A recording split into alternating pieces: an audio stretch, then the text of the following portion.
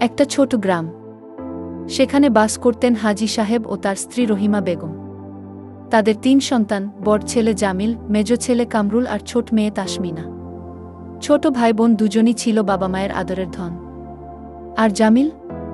সে ছিল পরিবারের সবচেয়ে দায়িত্ববান সন্তান, কিন্তু সবার কাছে যেন সবচেয়ে কম প্রিয়। ছোটবেলা থেকেই জামিল বুঝত তাকে নিয়ে বাবা মায়ের প্রত্যাশা বেশি। পড়াশোনার খরচ, সংসারের দায়দায়িত্ব সবই যেন তার কাঁধে। অথচ ছোট ভাই বোনদের জন্য নতুন জামা, নতুন ফোন, খেলনা সবই আসত খুব সহজে।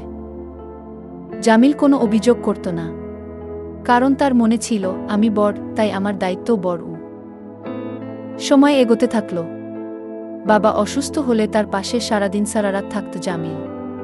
কিন্তু ছোট ভাই বোনরা প্রায় বলত, ভাই তো আছেই, আমরা গেলে কি হবে? দিন দিন আরও স্পষ্ট হয়ে উঠল বাবা মার মন যেন মেয়ের দিকে, ছোট ছেলের দিকে বেশি ঝুঁকে আছে।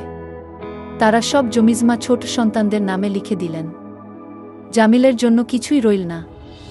একদিন গ্রামে অনেক বড় একটি ঝড় হলো। সেই রাতে বাবা মার ঘরের দরজা ভেঙে ঢুকল বন্যার পানি। ছোট ছেলেমেয়েরা তখন শহরে, ফোনেও ধরল না। একমাত্র ছুটে গেল জামিল।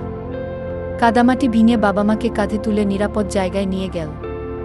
ভিজে কাপড়ে দাঁড়িয়ে থাকা বাবা তখন থমকে দেখলেন বড় ছেলের দিকে, যার মুখে কোনো অভিযোগ নেই, শুধু উদ্বেগ। ঝড় থেমে গেলে বাবা এক সন্ধ্যায় জামিলকে ডেকে বললেন, বাবা, সারা জীবন তোমায় আমরা বুঝিনি। ভেবেছি তুমি বড়, তুমি মানিয়ে নেবে, কিন্তু তুমিই তো আমাদের আসল ভরসা গু। জামিল মৃদু হেসে বলল, আমার ভাগ্যে যা এসেছে আমি তা মেনে নিয়েছি। আপনাদের ভালো থাকাটাই আমার শান্তি গু। কথাগুলো শুনে রহিমা বেগম চোখ ভিজিয়ে ফেললেন। তিনি বললেন, সন্তানের প্রতি যেমন বাবা মায়ের কর্তব্য আছে, তেমনি বাবা মার প্রতিও সব সন্তানের প্রতি সমান দায়িত্ব থাকা উচিত। আমরা সে দায়িত্ব ঠিকভাবে পালন করতে পারিনি গিয়ে।